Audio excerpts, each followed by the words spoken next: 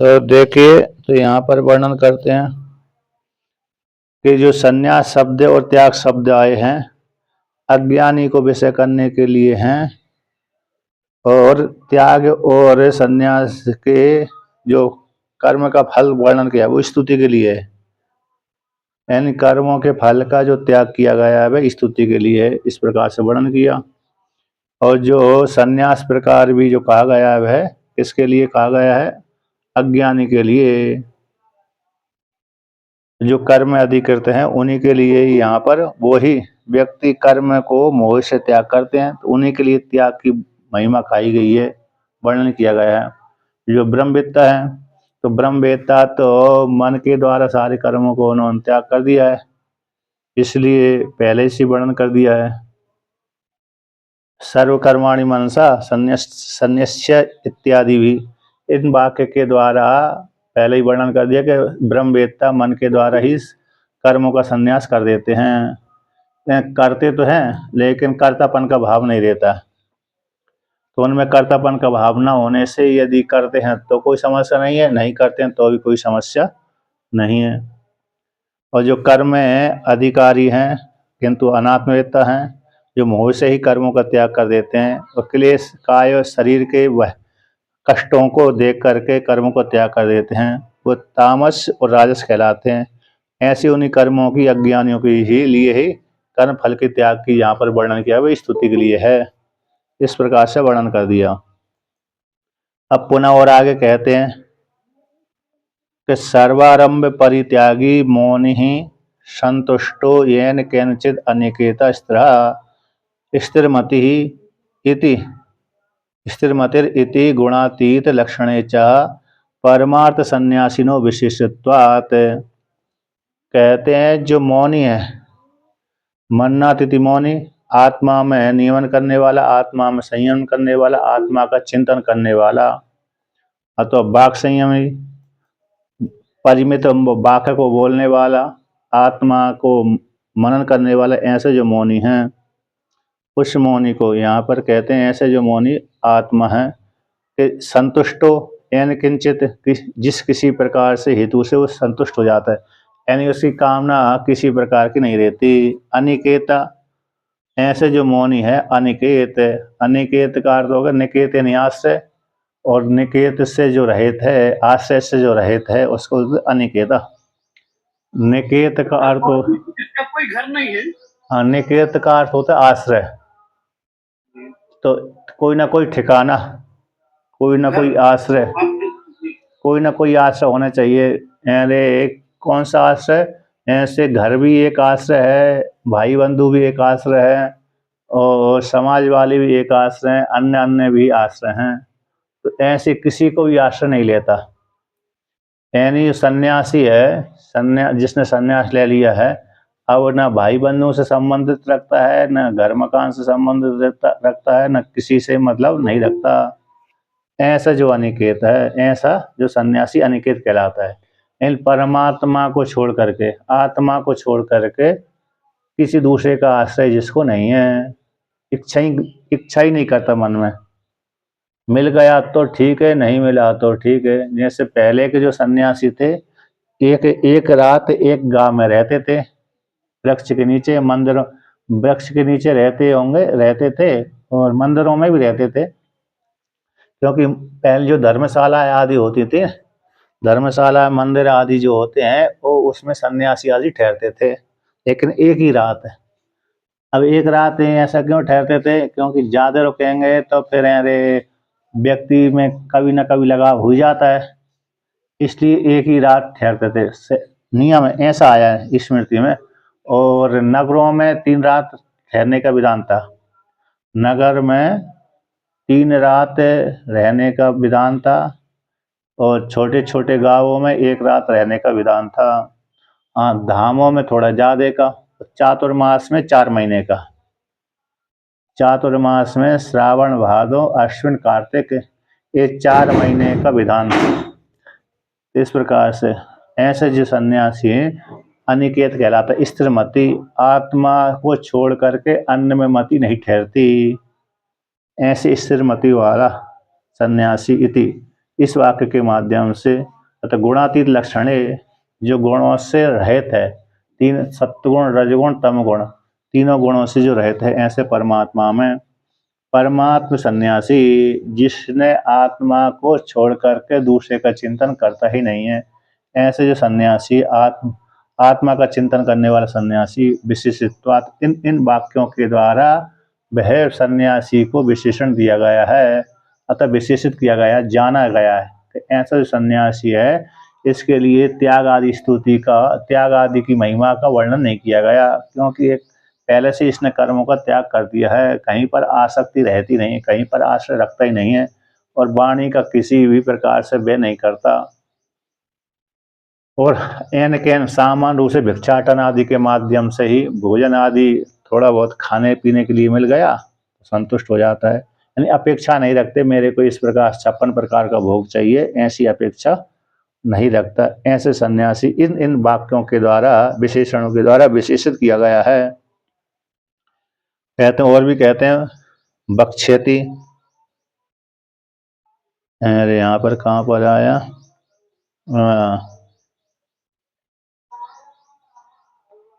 परमार्थ सन्यासी को प्रशस्यत्व उपलम्ब करके न निंदत्वात् न निंदा विषयत्वम। अब आगे कहते हैं किंचा, और भी कहते हैं किंचा, कहते हैं किंचा अत्र यहाँ पर भी अत्रापि सिद्धिर प्राप्तो यथा इत्यादि न ज्ञान निष्ठाया भक्ष्यमाणत्वात्। अच्छा, यहाँ पर सर्वारंभ परित्यागी है ना, सर्वारंभ परित्यागी मौनी, इस वाक्य का तो वर्णन, तो सर्वारंभ परित्यागी मौनी, तो जो भी आरंभवादी, आरंभ जो भी हम चेष्टा करते हैं, जो भी हम चेष्टा करते हैं वो आरंभ कहलाते हैं। तो यहाँ पर यही वर्णन किए सर्वारंभ परित्यागी। तो टीका में आया है कहाँ पर कि किंच परमार्थ जो सन्यासी होते हैं, कौन होते हैं, आत्मा का चिंतन करने वाले सन्यासी हैं। उन सन्यासियों की प्रशस्त का उपलम्ब हो जाने से, उपलम्बत्वात् श्रेष्ठत्व की प्राप्ति हो जाने से, न निंदा विषयत्वम, उनके लिए निंदा का विषय नहीं कहा गया, त्याग उनके लिए, त्याग के लिए उनके लिए नहीं कहा गया। तो सर्वारंभ परित्यागी जो त्यागी है, यानी जो भी हम शरीर के द्वारा, वाणी के द्वारा, मन के द्वारा तीन प्रकार से कर्म होते हैं, शारीरिक कर्म, वाचिक कर्म और मानसिक कर्म। तो ये तीनों प्रकार के कर्म जो जगत संबंधी हैं, किस संबंधी है, जगत संबंधी है, किसी न किसी फल की प्राप्ति के लिए किए जाते हैं। तो ऐसे कर्मों को सन्यासी करता ही नहीं है, अर्थात उसके मन में कोई भी कर्तापन का भाव रहता ही नहीं है। उसके मन में मैं करने वाला हूँ, शरीर से कर्म करने वाला हूँ, इससे ऐसा भी भाव नहीं रहता। वाणी के द्वारा मैं कर्म करने वाला हूँ, ऐसा भी भाव नहीं रहता। मन के द्वारा मैं उपासना आदि करता हूँ, ऐसा भी भाव नहीं रहता। तो क्योंकि कर्तापन का यदि भाव रहेगा तो किसी न किसी से जुड़ जाएगा, किंतु कर्तापन का भाव है ही नहीं है। तो शरीर भिक्षाटन आदि तो सामान्य लोग से सभी लोग मानते हैं, सारे वादी कहते हैं भिक्षाटन कोई कर्म नहीं है, वो तो शरीर की यात्रा के लिए होता है। सन्यासी के लिए, विद्वान के लिए, शरीर धारण करने के लिए जो भिक्षाटन आदि हैं, सारे वादी मानते हैं इसमें कोई दोष नहीं है। इसको जो कर्म मानना है, इसको कर्म नहीं, कर्म कोटि में नहीं आता। यदि इस भिक्षाटन आदि करेगा ही नहीं, भिक्षा मांगने के लिए जाएगा नहीं, तो मर ही जाएगा। तो जिन जिज्ञासुओं को ज्ञान की प्राप्ति होना चाहिए थी, वो जिज्ञासु ज्ञान की प्राप्ति नहीं कर सकते, उससे लाभ नहीं ले सकते, इसलिए भिक्षाटन आदि के लिए वर्णन नहीं आता, उसका हटा दिया जाता है। सारे वादी एक मत के, तो सारे जितने भी वादी हैं 6 आस्तिक 6 नास्तिक है, तो 6 आस्तिक 6 नास्तिक एक साथ भिक्षाटन को स्वीकार कर लेते हैं। हाँ, इसमें कोई दोष नहीं है। भिक्षाटन से इतर जो कर्म किया जाता है शरीर के द्वारा, वाणी के द्वारा, मन के द्वारा, उसी में दोष आता है। तो ये सन्यासी, जो सन्यासी विद्वान है, आत्मा का चिंतन करने वाला है, न शरीर से किसी फल की प्राप्ति लिए कर्म करता है, न वाणी के द्वारा, जैसे वाणी के द्वारा हम स्तोत्र आदि पाठ करते हैं, तो किसी जब फल की प्राप्ति के लिए करेंगे तो कर्म बनेंगे, जब फल की प्राप्ति के लिए नहीं है, स्वाभाविक सहज अवस्था में कर रहे हैं, तो वो अरे उसमें कर्तापन भाव नहीं है, तो वो फल की प्राप्ति के हेतु नहीं बनते। अब जो मन के द्वारा व्यक्ति चिंतन करता है, मन के द्वारा ध्यान लगाता है, मन के द्वारा चिंतन करता है, वाणी का के द्वारा प्रयोग नहीं करता, तो मन के द्वारा भी चिंतन करने से भी व्यक्ति को फल की प्राप्ति होती है। तो उसमें भी कर्तापन का भाव नहीं है और किसी न किसी भी फल की प्राप्ति के लिए चिंतन नहीं करता। सहज रूप से वो उसकी आदत बनी हुई है, भाई वही उसी आदत में वो चिंतन करता रहता होगा जो उसके ज्ञान की प्राप्ति के लिए जिसने साधन किया था, लेकिन अब फल की प्राप्ति के लिए नहीं करता। इसलिए मानसिक, वार्षिक और शारीरिक तीनों प्रकार के जो आरंभ थे, उन आरंभों को त्याग कर दिया। इसलिए त्याग कर देने से वह निंदा का विषय नहीं बनता, क्योंकि त्यागी जो कर्म करता ही नहीं है व्यक्ति, तो निंदा का विषय बन जाता है ना। जैसे अज्ञानी व्यक्ति कर्म नहीं करेगा तो निंदा का विषय बनता है। कौन?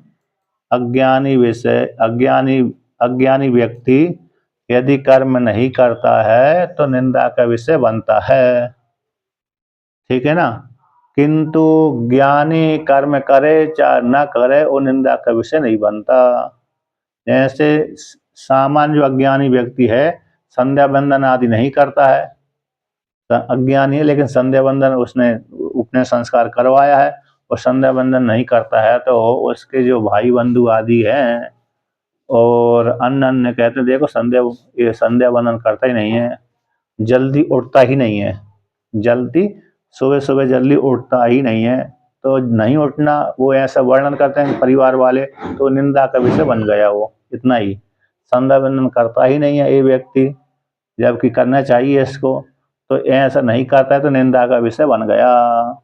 उसी प्रकार से ब्रह्मवेत्ता भी संध्या बंदन करना चाहिए, चिंतन करना चाहिए, तो नहीं करता है तो निंदा का विषय बन जाएगा कि नहीं, ब्रह्मवेत्ता निंदा का विषय नहीं बनता और वेदों से परे हो जाता है, क्योंकि उसके मन में कर्तापन का भाव है ही नहीं है।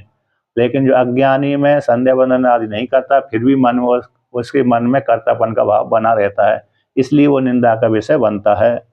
ब्रह्मवेत्ता निंदा का विषय नहीं बनता। इस प्रकार से सर्वारंभ परित्यागी जो है, सारे आरंभ मानसिक, वाचिक और शारीरिक कर्मों का त्याग करने वाला, मौनी, संतुष्ट होने वाला, जिस किसी भी प्रकार से सामान्य रूप से आश्रय से रहित स्थिरमति वाला, गुणोतीत से लक्षण परमात्मा में, ऐसे सन्यासी का विशेषित किया गया है। इस प्रकार से वर्णन कर दिया। आगे भी कहेंगे, भगवान कहेंगे क्या, बक्षति च ज्ञान से अपरः निष्ठा इति, कहते ज्ञान की यही परानिष्ठा है। आगे भगवान कहेंगे ज्ञान की परानिष्ठा कौन सी है, कि आत्मा में स्थित हो जाना, आत्मा में स्थित हो जाना, कर्तापन के भाव से रहित हो जाना, यही ज्ञान की परानिष्ठा कहलाती है। तस्मात् इसी हेतु से ऐसा जो कर्म में अधिकृत हैं, कर्म में अधिकृतों को ही यहाँ पर विवक्षित है, न ज्ञान निष्ठा नाम। यहाँ पर कहते हैं जी, यहाँ पर किसकी विवक्षा की गई है, कि कर्मकांडियों की। पूर्व पक्षी ने कहा था, जैसे पहले वर्णन किया था कि ज्ञान निष्ठा, कर्म निष्ठा, दो निष्ठाओं का वर्णन किया था, तो दोनों को पृथक पृथक वर्णन कर दिया, दोनों के अधिकारी अलग अलग हैं।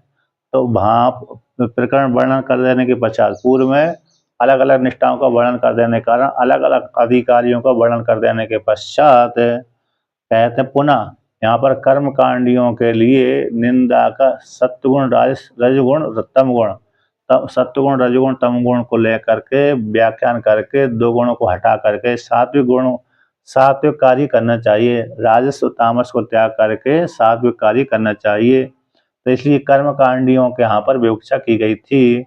उसी प्रकार से पूर्व पक्षी कहते हैं, जैसे कर्म कांडियों की उपसंगार में कर्म कांडियों के त्याग की विवक्षा की गई है, उसी प्रकार सन्यासियों की मान लेना चाहिए, ज्ञानियों की मान लेना चाहिए। तो ज्ञानियों की यहाँ पर प्रकरण नहीं है, विवक्षा नहीं की गई, उनका वर्णन नहीं किया जा रहा त्याग में, वो उन्होंने तो पहले से त्याग कर दिया, स्वतः सिद्ध हैं।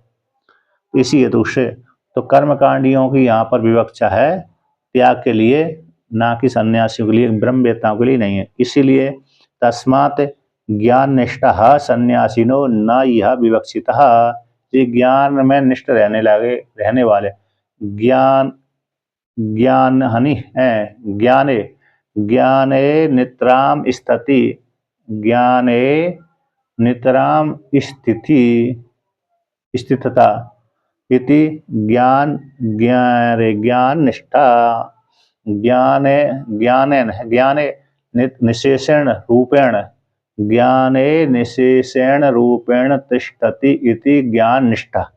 तो ज्ञान में जो नितराम रूप से जो अवस्थित रहता है उसमें ज्ञान से इतर उसमें दूसरे निष्ठा बनाते नहीं, उसको बोलते हैं ज्ञान निष्ठा।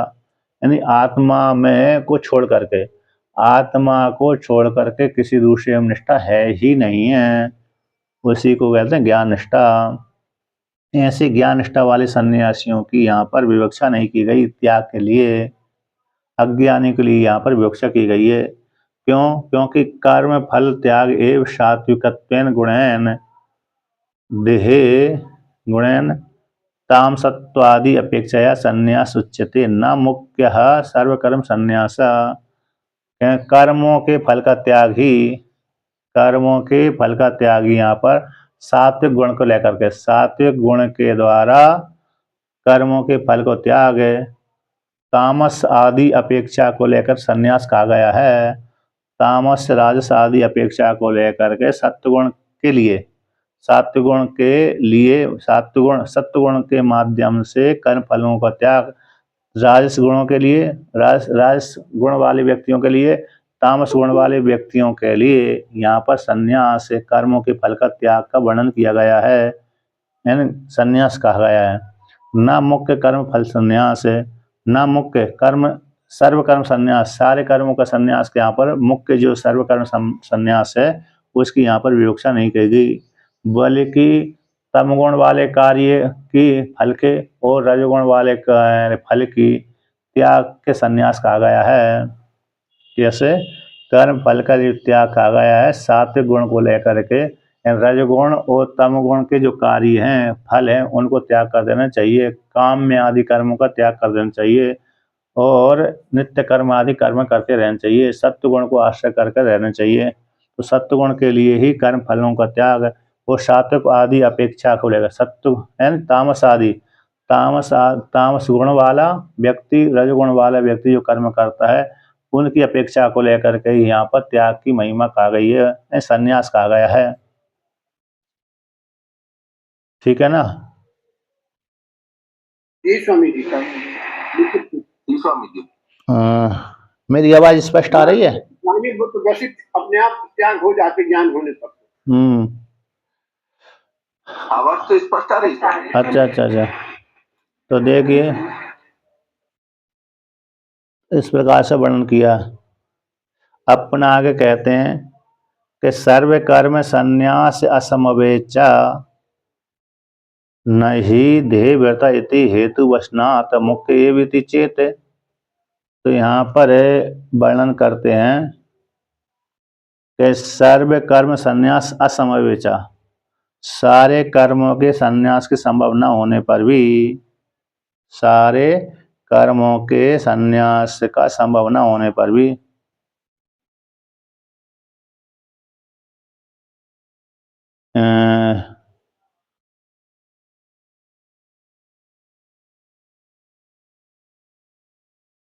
तो यहाँ पर वर्णन करते हैं कि सारे कर्म सर्व का, यहाँ पर दो प्रकार गौण संन्यास और प्रधान संन्यास है। एक तो गौण संन्यास हो गया, एक प्रधान संन्यास हो गया। तो दोनों में से प्रधान संन्यास को स्वीकार कर लेना चाहिए, दोनों में से ही कहते सारे प्रधान संन्यास स्वीकार कर लेना चाहिए। कहते सर्व कर्म संन्यास असंभवे, तो सारे कर्मों का संन्यास की संभावना होने पर नहीं देह व्रता इति, जो देहधारी हैं, देह को भरण पोषण करने वाले हैं, वो कर्मों का त्याग कर ही नहीं सकते, सारे कर्मों का त्याग हो ही नहीं सकता। ये 18वें अध्याय का ही 11वां श्लोक है, नहीं देह व्रता इति। 18वें अध्याय का 11वां श्लोक नहीं देह व्रता सक्यम त्यक्तुम कर्माण्य शेषता, कि देह को भरण पोषण करने वाले, देह में अवस्थित रहने वाले जो अज्ञानी व्यक्ति हैं, कर्मी व्यक्ति हैं, तो सारे कर्मों को अशेष रूप से त्याग करने में समर्थ नहीं है। इसलिए इस वाक्य के द्वारा तो सारे कर्मों के संन्यास का संभव न होने पर भी इस नहीं देवता इत्यादि वाक्य के द्वारा हेतु वचन से तो यहाँ पर कहते हैं तो मुख्य मुख्य एव इति चेत मुख्य सन्यासी मान लेना चाहिए। इस प्रकार से ऐसा मान लिया जाए। पूर्व पक्षी कहता है यद्यपि सारे कर्म के संन्यास का त्याग संभव न होने पर भी नहीं देहव्रता देह शरीर को धारण करने वाले व्यक्ति हैं कि संपूर्ण कर्मों को त्याग नहीं कर सकते, संभव नहीं है। इस वाक्य के माध्यम से हेतु वचन के माध्यम से इस जो कर्मों का कुछ कर्मों का त्याग है, कुछ कर्मों का जो त्याग का गया है मुख्य मान लेना चाहिए, मुख्य सन्यासी मान लेना चाहिए। इति चेत ऐसा कहो तो ना कहता ना हेतु वचन से स्तुति अतत्वात् जो हेतु वचन आया है स्तुति के लिए है। कौन से हेतु वचन है? नहीं देहव्रतः शक्यम त्यक्तुम कर्माण्य शेषता, ये जो वाक्य आया है स्तुति के लिए है। इस प्रकार से स्तुति के लिए कोई कोई वाक्य आते हैं स्तुति के लिए, जैसे अरे जो अर्थवाद वाक्य होते हैं तो अर्थवाद जो वाक्य होते हैं स्तुति परक होते हैं, स्तुति करके वो चरितार्थ हो जाते हैं। उसी प्रकार से यहाँ पर हेतु वचन जो आया है स्तुति के लिए है, इस प्रकार से वर्णन किया। अब पुनः आगे कहते हैं कि यथा, उसी दृष्टांत द्वारा समझाते हैं, यथा त्यागात् क्षान्तिर अनंतरम इति कर्म फल त्याग स्तुति एव यथा उक्ते अनेक पक्ष अनुष्ठान असक्तिम अर्जुनम असक्तिमंतम अर्जुनम अज्ञम प्रति विधानात् ततः इदम अपि नहि देहव्रता शक्यमिति कर्म फल त्याग स्तुति वचनम। जैसे दृष्टांत दिया गया है कि त्यागा शांति अनंतरम, ये वाक्य आता है गीता का, है ना, त्याग के द्वारा त्याग कर देने से शांति की प्राप्ति, त्यागा शांति अनंतरम, त्याग करने से शांति की प्राप्ति होती है। तो इस वाक्य ये जो वाक्य है कर्म के फल की त्याग की स्तुति है, यहाँ पर कर्मों के फल की त्याग की ही स्तुति यहाँ पर कही गई है। तो जिस प्रकार से यथा उक्त कही गई है कि अनेक पक्ष के अनुष्ठान में जो समर्थ नहीं है, ऐसे अर्जुन के प्रति अनेक पक्ष के, ये भी कर लूँ वो भी कर लूँ, है ना, तो उस पर ये भी कर्म कर सकता हूँ, उस पर त्याग भी कर सकता हूँ, ग्रहण भी कर सकता हूँ और बीच का भी कर सकता हूँ, इत्यादि जो वाक्य आ गया। तो कहते हैं अनेक पक्ष के अनुष्ठान करने में समर्थ न होने वाले अर्जुन के प्रति अज्ञ जो अज्ञानी था अर्जुन था, उसके प्रति विधान किया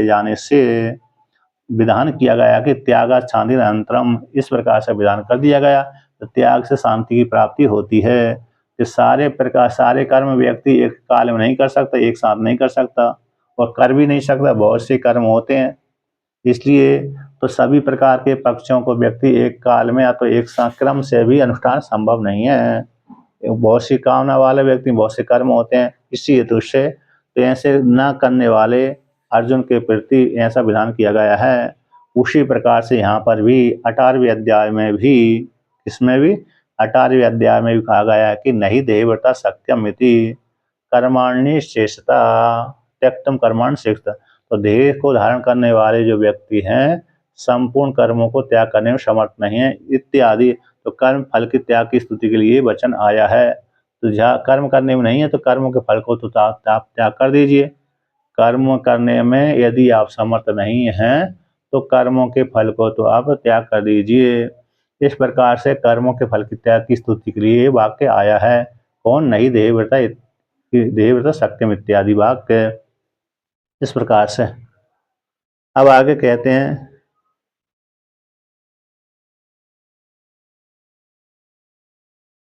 पुनः कहते हैं न, यहाँ पर टीका में आया है नहीं फल त्यागाद एव ज्ञानम बिना मुक्तिर, यानी क्योंकि टीका में के फल के त्याग से ही, फल के त्याग कर देने से ज्ञान के बिना मुक्ति नहीं हो सकती। फल के त्याग कर देने से ही, फल के त्याग कर दिया तो मुक्ति हो जाए, तो संभव नहीं है। फल का हमने त्याग तो कर दिया, यहाँ पर भगवान ने कहा ना त्यागाच्छादितरन्तरम्, त्याग से शांति की प्राप्ति, त्याग करने के अंदर शांति की प्राप्ति होती है। शांति यानी मोक्ष, शांति शब्द का अर्थ हो गया मोक्ष। तो कहते हैं यहाँ पर है कि त्याग कर देने से मोक्ष रूप फल की प्राप्ति नहीं हो सकती। त्याग कर देने से ज्ञान के बिना मुक्ति की प्राप्ति नहीं हो सकती। त्याग कर दिया, ज्ञान हुआ, तभी मुक्ति की प्राप्ति हो सकती है। इसलिए मुक्ति ज्ञान के अधीन है। इसलिए ज्ञान के अधीन होने से, तो यहाँ पर ज्ञान के अधीन वाली मुक्ति है, साधकत्व सिद्ध करने वाली श्रुति स्मृति के साथ है विरोध हो जाएगा यदि त्याग करने मात्र से यदि मुक्ति हो जाए। इसलिए तो यहाँ पर स्तुति मात्र है। और यदि मुक्ति मानेंगे त्याग मात्र से, तो जो विधान श्रुति में, विधान स्मृति में विधान आया है, ज्ञानादेव तु कैवल्यम ऋते ज्ञानंद मुक्ति इत्यादि विधान करने वाली जो श्रुतियाँ हैं, स्मृतियाँ हैं, वो उनका बाद हो जाएगा, विरोधाभास हो जाएगा, अनर्थक हो जाएंगी। इस प्रकार से वर्णन किया। तो यहाँ पर कर्म फल के त्याग के लिए स्तुति के लिए वचन आया है। तो व्यक्ति कर्म नहीं कर सकता है, पूरे कर्मों को त्याग करने में समर्थ नहीं है। कर्मों के फल का त्याग कर देने से तो क्या हो जाएगा, उसको शांति की प्राप्ति हो जाती है। इन ज्ञान की योग्यता के माध्यम से उसको मोक्ष फल की प्राप्ति हो जाएगी। केवल त्याग करने मात्र से मोक्ष फल की प्राप्ति नहीं होती। सामान्य शांति प्राप्त हो जाएगी थोड़े बहुत त्याग करने से, लेकिन जो निर्विशेष शांति है उसकी प्राप्ति नहीं हो सकती।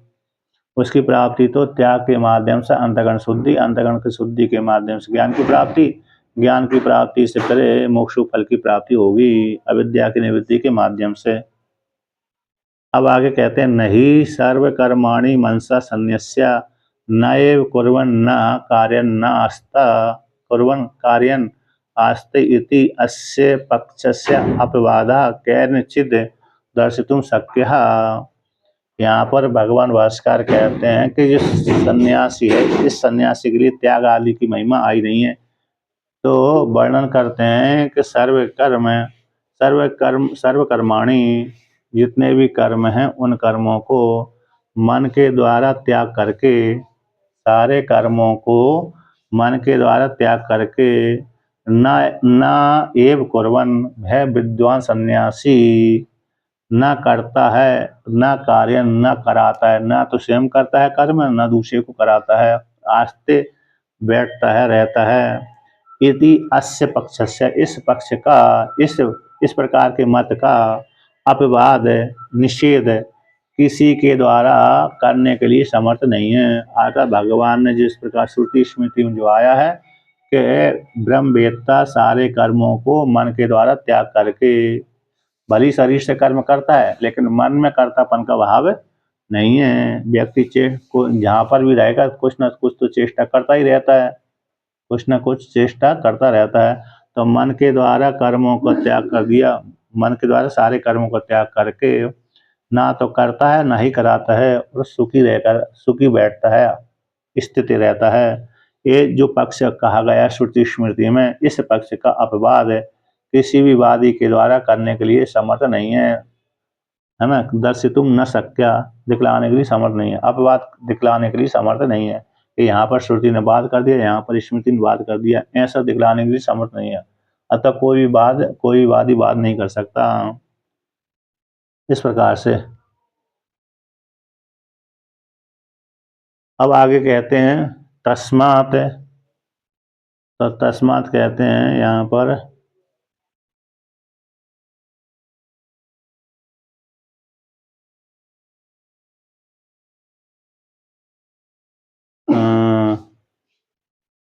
तो कहते हैं तस्मात् कर्माणि अधिकृतान् प्रति एव ऐसा संन्यास त्याग विकल्पा।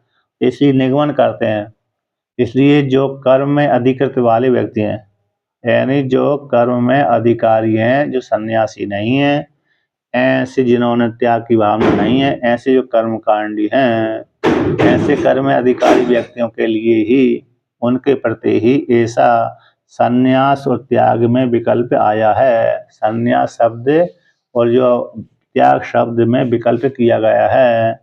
कौन किसके लिए किया गया है कि जो कर्मकांडी हैं, कर्मी हैं, अज्ञानी हैं, अपने को कर्ता भोक्ता मानते हैं, उन्हीं के लिए ही संन्यास और त्याग शब्द के अर्थ में विकल्प कहा गया है। कोई कहते हैं कर्मों का त्याग कर देते हैं, कोई कहते हैं कर्म के फल का त्याग है। तो अज्ञानी को विषय करने, कर्म के अधिकारी वाले व्यक्ति को वो विषय करने वाले ये शब्द हैं, उन्हीं के लिए कहा गया है, ना कि मुख्य सन्यासी के लिए। जिसने मन के द्वारा सारे कर्मों को पहले से ही त्याग कर दिया है, उसके लिए यहाँ पर नहीं कहा गया। त्याग और संन्यास उसके लिए नहीं कहा गया, क्योंकि वो पहले से ही विद्वान हो चुका है, अपनी आत्मा को जान लिया। आत्मा को जानने के लिए ही त्याग का वर्णन आता है, त्याग किया जाता है। आत्मा की प्राप्ति के लिए ही संन्यास लिया जाता है, आत्मा की प्राप्ति के लिए ही त्याग किया जाता है। अब विद्वान को तो पहले से आत्म तत्व की प्राप्ति हो गई, अब उसको त्याग करे अथवा न करे उसकी इच्छा है। इस प्रकार से तो उसके लिए यहाँ पर संन्यास और त्याग शब्द नहीं आए। अज्ञानी के लिए संन्यास और त्याग शब्द आए। तो त्याग संन्यास में विकल्प आया है अज्ञानी को अधिकृत करके। अब आगे कहते हैं,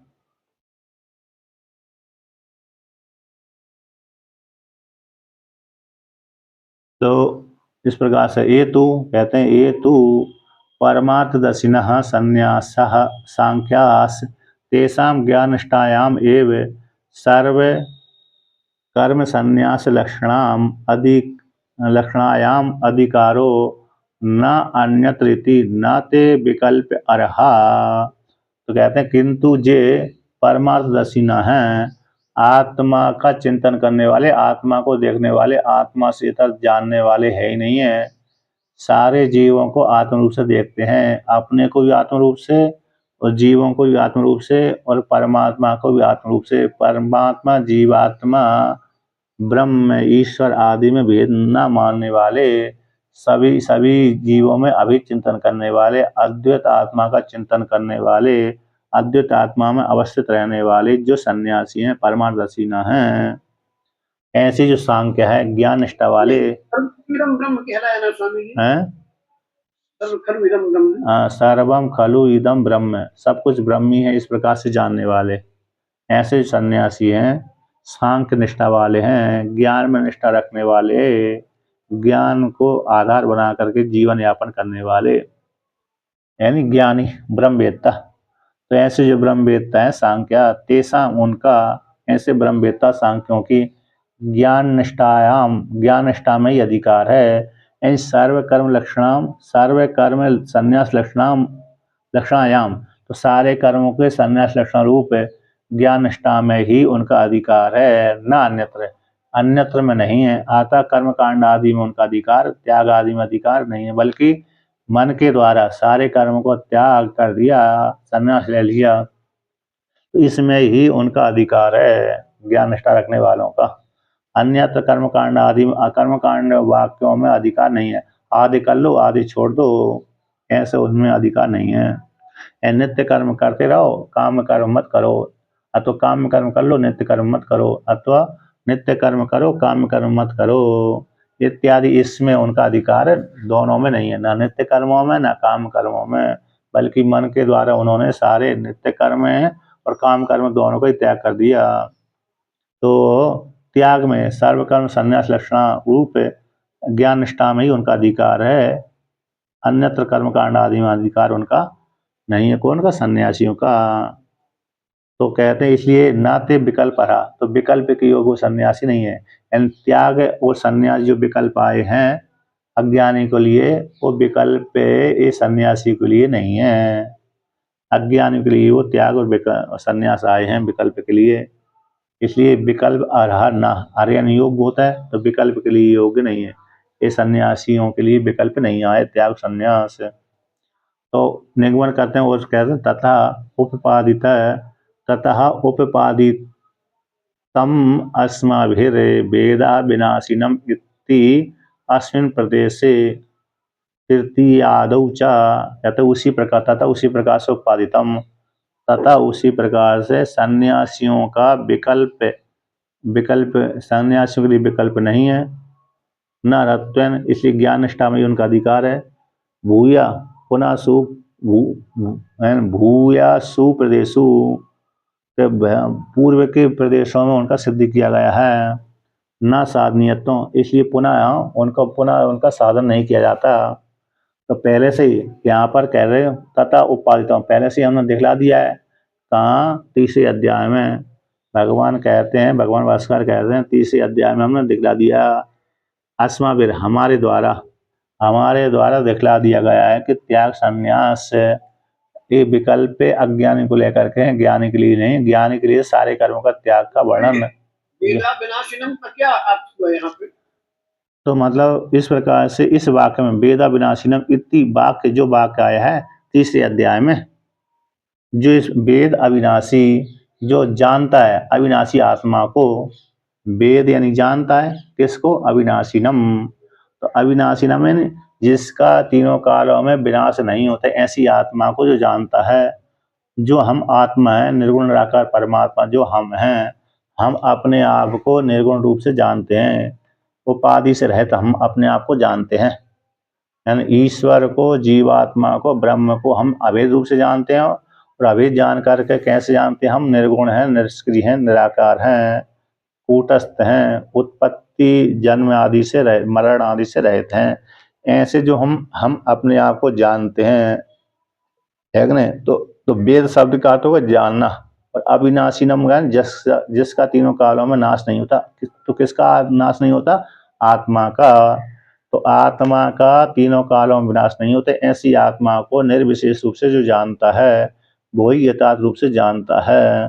तो वहीं पर दिखला दिया गया। तो ज्ञान निष्ठा में ही सन्यासियों का अधिकार है, कर्म निष्ठा में, त्याग और सन्यास आदि में निष्ठा अधिकार नहीं है।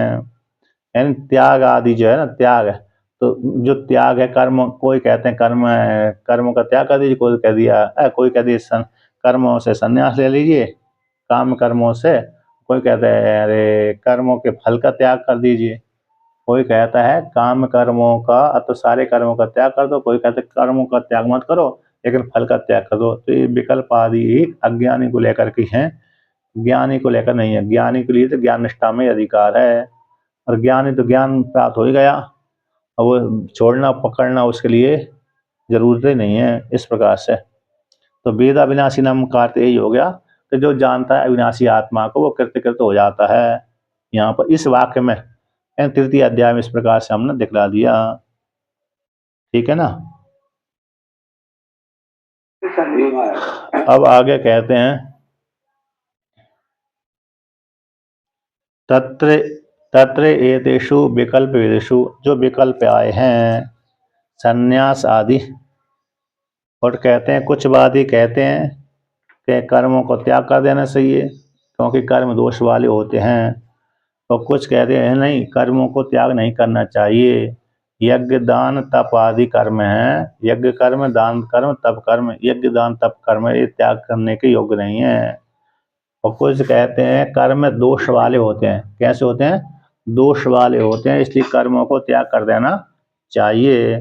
कुछ ब्रह्मवेत्ता कहते हैं, कुछ वादी कहते हैं कि अरे कर्मों का त्याग कर देना चाहिए, कर्म दोष के हेतु होते हैं, नहीं अगले जन्म की प्राप्ति के हेतु होते हैं, इसलिए कर्मों को त्याग कर देना चाहिए।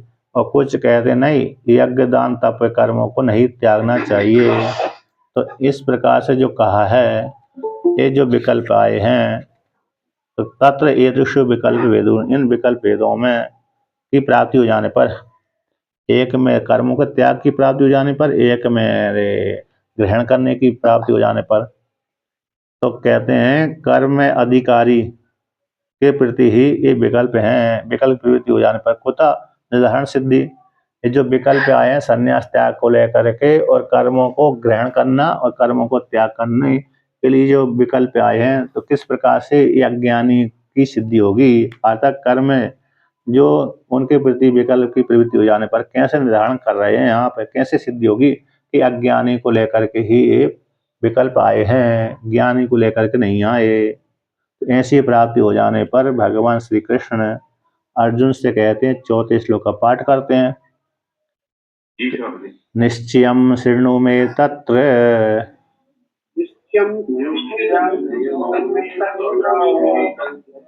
त्यागे वरसत्तमा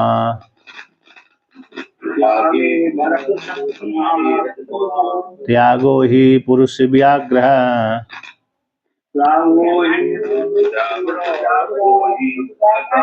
त्रिविधः संप्रकीर्तितः।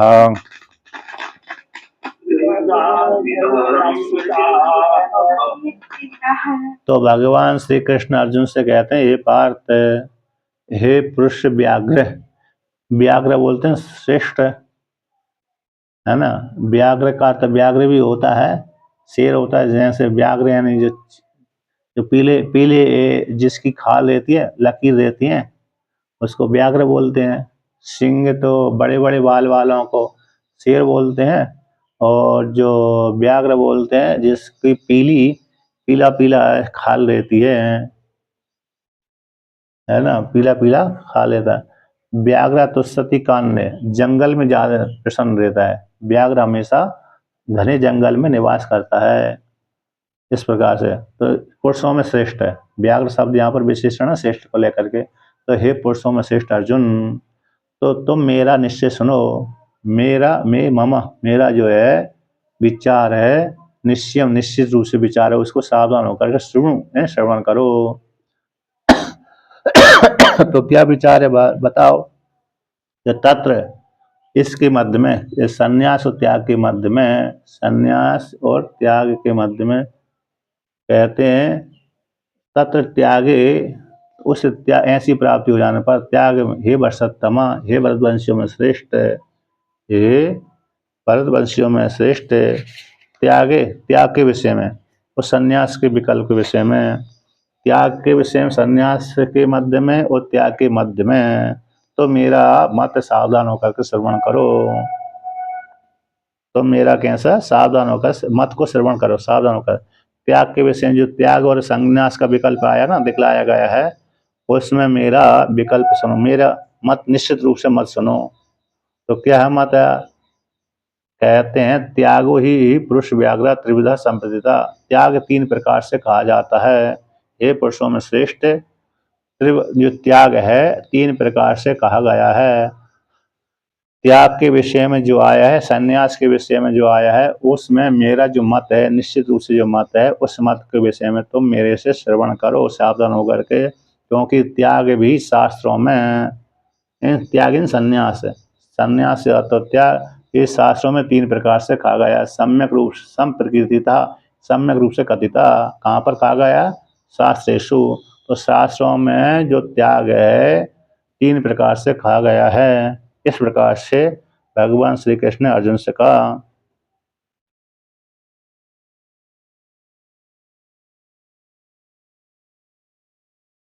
यहाँ पर कहते हैं, तत्र कर्मणा, कर्मों के त्याग हो जाने से, कर्मों का व्यक्ति त्याग करता है, पीछे है ना, कुछ बाद ही कहते हैं कर्मों का त्याग करो, कुछ कहते हैं कर्मों का त्याग मत करो। तो सबसे पहले ये कर्मों के त्याग से, त्याग विषय की प्राप्ति हो जाने पर, संन्यास और त्याग के विषय में, त्याग की प्राप्ति हो जाने पर, त्याग शब्द है ना, यहाँ पर एक तत्र मध्य में ले लीजिए, संन्यास और त्याग की प्राप्ति हो जाने, संन्यास शब्द और त्याग शब्द दोनों शब्द प्राप्त हुए। तो इसमें से सबसे पहले त्याग को लेकर के वर्णन के, त्याग के विषय की प्राप्ति हो जाने पर, क्योंकि व्यक्ति कर्म का त्याग कर रहा है, कोई कह रहा है कर्म का त्याग करो, कोई कहता है व्यक्ति फल का त्याग करो, कर्म त्याग नहीं करना चाहिए। तो ऐसी त्याग की प्राप्ति हो जाने पर, तो सबसे पहले त्याग के विषय में कहते हैं। सबसे पहले क्या कहते हैं? भगवान श्री कृष्ण कहते हैं अर्जुन से कि सबसे पहले मैं त्याग के विषय में कहता हूँ, मेरा जो मत है, निश्चित मत है, उस निश्चित मत को तुम सुनो कि त्याग के विषय में कैसा मानते हैं। तो शास्त्र में किस प्रकार से कहा गया? तो शास्त्र में 3 प्रकार से त्याग कहा गया है। अब त्याग, इसका भगवान भास्कर वर्णन करते हैं कि निश्चयम शृणु अवधारय में मम वचनात्, मेरे वचन से तुम निश्चित होकर के धारण कर लो कि तत्र, इस प्रकार से प्राप्ति हो जाने पर, क्या कि त्यागे, इन त्याग विषय, त्याग संन्यास विकल्प, त्याग इन संन्यास विकल्प में, त्याग और संन्यास के विकल्प में त्याग की प्राप्ति हो जाने पर, एता दर्शते, जिस प्रकार से संन्यास भी दिखलाया गया और त्याग भी कहा गया है, तो त्याग और संन्यास की प्राप्ति हो जाने पर, तो इस प्रकार से वो त्याग के विषय मेरे को सावधान, मेरे वचन से तुम सावधान होकर श्रवण करो। हे भरत सत्तम है, भरता नाम साधुतमा, भरतवंशियों में तुम साधुतम हो। तो हे भरतवंशियों में उत्तम साधुतम श्रेष्ठ कर्म करने वाले तुम, हे अर्जुन, तुम मेरे से सावधान होकर के श्रवण करो। त्याग के विषय में, त्याग के विषय की जो प्रधानता है, कहते त्यागो ही त्याग संन्यास शब्द वाच्यो ही यो अर्थ स एक एव इति अभिप्रेत्या। त्यागो ही इति, कहते जो त्याग शब्द है, इन त्याग और संन्यास, त्याग शब्द और संन्यास शब्द, त्याग शब्द वाच्य और संन्यास शब्द वाच्य, ये दोनों का जो अर्थ वो यो अर्थ है सा एक एव, एक ही है। संन्यास कहो चाहे त्याग कहो, त्याग कहो चाहे संन्यास कहो, संन्यास शब्द कहो चाहे त्याग शब्द कहो, तो दोनों का अर्थ कौन है? एक ही है। संन्यास करने से भी त्याग आ जाता है, संन्यास और त्याग शब्द से भी संन्यास आ जाता है, इसलिए त्यागी सन्यासी हो गए। तो त्याग और संन्यास शब्द, त्याग शब्द वाच्य, संन्यास शब्द वाच्य का जो अर्थ है सब है एक ही है, भिन्न नहीं है। इति अभिप्रेत्य, इस प्रकार स्वीकार करके त्यागो ही, तो त्यागो ही कहते हैं, त्यागो ही। तो त्याग, हे पुरुष व्याघ्र,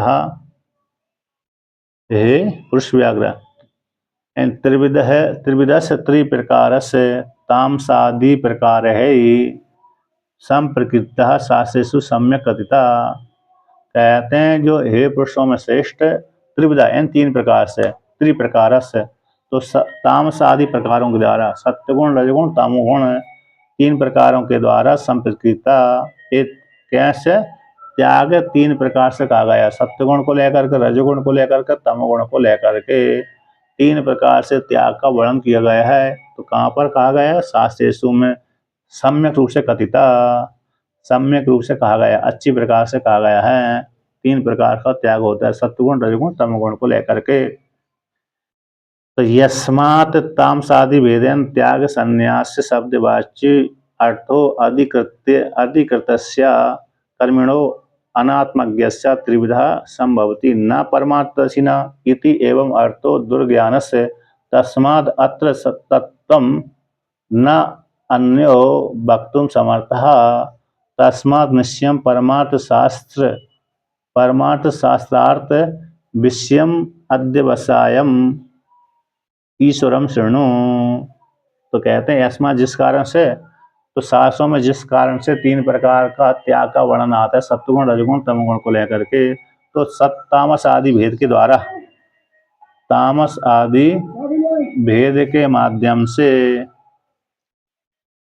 तो त्याग और संन्यास शब्द वाच्यो, त्याग शब्द और संन्यास शब्द वाच्य का जो अर्थ है, ये अधिकृत अधिकारी के लिए, तो त्याग शब्द को अधिकृत करके और संन्यास शब्द को अधिकृत करके, तो ऐसे अधिकारी के लिए, अधिकारी कर्मी के लिए ही त्याग और संन्यास शब्दों का जो अर्थ है किसके लिए कहा गया? अधिकारी, कर्म रूप अधिकारी अज्ञानी के लिए ही त्रिविधा भवति, तीन प्रकार से होता है। ये तीन प्रकार का जो अर्थ है अज्ञानी कर्मी के लिए ही त्याग संन्यास शब्द का अर्थ होता है, उन्हीं को अधिकृत करके कहा गया है संन्यास शब्द और त्याग शब्द। तो इसलिए तीन प्रकार का उन्हीं के लिए कहा गया, अधिकारी के लिए। तो परमार्थदर्शी, जो परमार्थदर्शी हैं उनके लिए नहीं कहा गया त्रिविधा न परमार्थदर्शिना, तो परमार्थदर्शियों के लिए संन्यास और त्याग शब्द के अर्थ को नहीं कहा गया, बल्कि अज्ञानी जो अज्ञानी हैं, कर्मी हैं, उन्हीं के लिए संन्यास और त्याग शब्द के अर्थ को कहा गया है। इति अयम अर्थ है, इस जो अर्थ है अज्ञानी के लिए त्याग शब्द को कहा गया है, उसको जानना बड़ा कठिन है, दुर्ज्ञान है। इसी हेतु से दुर्ज्ञान, उसको त्याग शब्द को जानना, संन्यास शब्द को जानना, त्याग करना, ये बड़ा सत्वगुण रजगुण तमोगुण को लेकर के तीन प्रकार से होता है, तो त्याग को जानना बड़ा कठिन है। इसी हेतु से ऐसा जिसका अर्थ है तस्मा, उसी हेतु से अत्र यहाँ पर तत्वम, उसका जो स्वरूप है, त्याग शब्द का जो स्वरूप है, तो न अन्य वक्तुं समर्थ, उसके तत्व को, स्वरूप को बोलने के लिए कोई दूसरा समर्थ नहीं है। कोई सामान्य जो जीव है, सामान्य शास्त्र को जानने वाला है, वो त्याग शब्द को बतलाने में समर्थ नहीं है सामान्य रूप से। यस्मात् जिस कारण, तस्मात् उसी हेतु से, निश्चयम मेरे निश्चय सुनो, इन परमार्थ शास्त्र विषयम पारमार्थिक शास्त्र को विषय करने वाला अध्यवसाय मुझ ईश्वर को, ईश्वर भी जो मैं ईश्वर हूँ, शास्त्र के द्वारा प्रोक्त हूँ, शास्त्र के द्वारा जाना जाता हूँ, मुझ ईश्वर को तुम सावधान होकर के मुझ ईश्वर की वाणी को तुम श्रवण करो। परमार्थ शास्त्र को विषय करने वाला जो मत है, अध्यवसाय निश्चित मत है, मुझ ईश्वर का जो निश्चित मत है, मुझ ईश्वर को तुम सावधान होकर के श्रवण करो। यानी भगवान की वाणी को सावधान होकर के तुम श्रवण करो, है क्या नहीं। भगवान से अन्य के द्वारा विभाग, उक्त विभाग में तत्व का निश्चय नहीं होता, इसलिए भगवान का निश्चय को श्रवण करना चाहिए। भगवान कहते हैं, टीकाकार कहते हैं कि भगवान जो 3 प्रकार का त्याग का वर्णन किया गया है, उसको सामान्य व्यक्ति विभाग करके सिद्ध नहीं कर सकता, दिखलाने में बड़ी कठिनाई है। इसी हेतु से तुम सावधान होकर के भगवान की वाणी को श्रवण करो, भगवान की वाणी को सावधान होकर श्रवण करो, निश्चय जान लो, है क्या नहीं, ठीक है ना। इसलिए वो कहा गया। तो परमार्थ शास्त्र को विषय करने वाला अध्यवसाय, किसका अध्यवसाय, ईश्वर का अध्यवसाय, ईश्वर का निश्चित मत, उस निश्चित मत को तुम सावधान होकर श्रवण करो। तो का पुनरसो निश्चय इतिहास, वह निश्चय क्या है ईश्वर का। भगवंत कहते हैं यहाँ पर तमेव, भगवान का निश्चय विशेष रूप से निर्धारण करना चाहिए, भगवान का ही मत को विशेष रूप से निर्धारण करना चाहिए। तो निर्धारण करने के लिए प्रश्न पूर्वकम अनंतर श्लोक को वर्णन करते हैं। तो वह कौन सा पुनर् भगवान का निश्चय, भगवान ने कह दिया कि मेरे वचन को तुम सावधान होकर श्रवण करो, मेरा निश्चित मत है। क्योंकि सामान्य व्यक्ति इस त्याग को वर्णन नहीं कर सकता, क्योंकि त्याग 3 प्रकार का होता है, सात्विक, राजस, तामस है। तो उस विषय में तो मेरा निश्चित मत सुनो, मेरे वचन से तुम अवधारण कर लो। तो भगवान का ऐसा कौन सा निश्चय है जिसको हम धारण करें। कहते का पुनरसो निश्चय है, वह भगवान का क्या निश्चय है जिसको लेकर हम धारण करें। तो भगवान कहते हैं इतिहास यज्ञ इति। तो 5वें श्लोक का पाठ करते हैं। यज्ञ दान तपः कर्म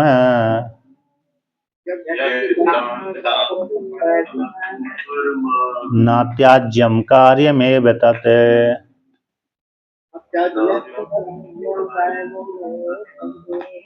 यज्ञो दानं तपश्चैव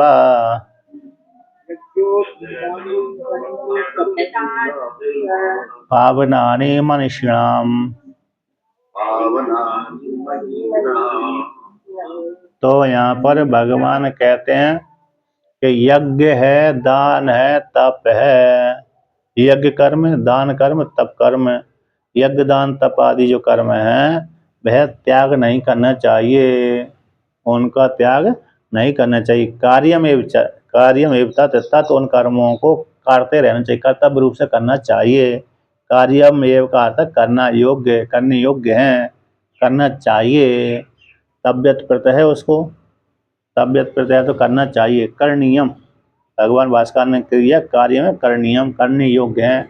यज्ञ है, दान है, तप है, ये कर्म है, करने योग्य हैं। इस प्रकार से तो यज्ञो दानम तपश्चैव, यज्ञ दान तप है, ये तीनों यद पावनानि मनुष्याणाम, मनुष्यों को पवित्र करने वाले हैं।